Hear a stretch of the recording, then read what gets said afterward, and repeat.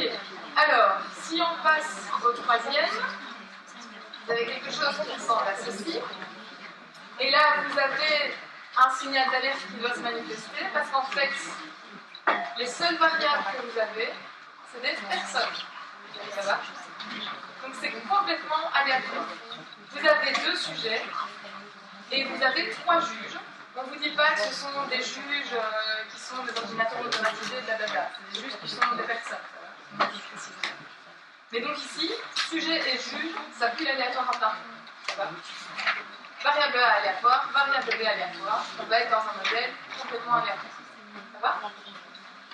Rebelote. Les 2 variables, ce sera élève et juge. Première hypothèse nulle, il n'y a pas d'effet d'élève.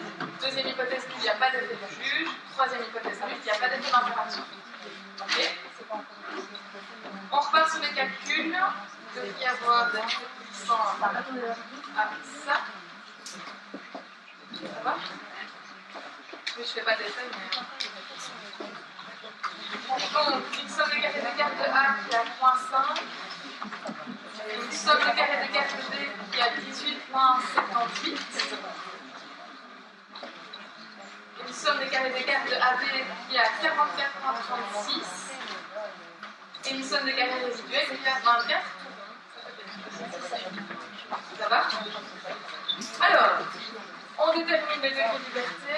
1, 2, 2 et 12.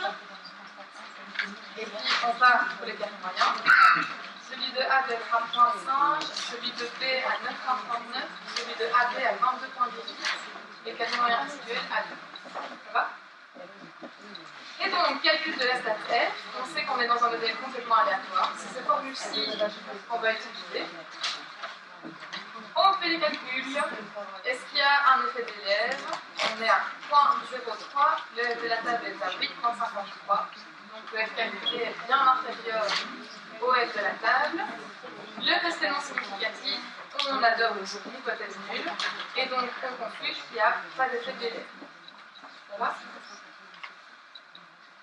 Pour l'effet du juge, on va être dans le même cas de figure. Le F qu'on a calculé est bien inférieur à celui de la table. Donc c'est non significatif, on accepte l'hypothèse nulle, il n'y a pas d'effet de juge. C'est ce que je vous disais tantôt. En fait, on n'a aucun effet ici de chacune des variables prises séparément. Par contre, on a un effet d'interaction. D'accord? Vous voyez que le F qu'on calcule pour le F de AB est bien supérieur à celui de la table. Donc là, pour le coup, c'est significatif, on rejette l'hypothèse nulle et il y a un effet d'interaction. Ça va? Oui. Est-ce que c'est bien?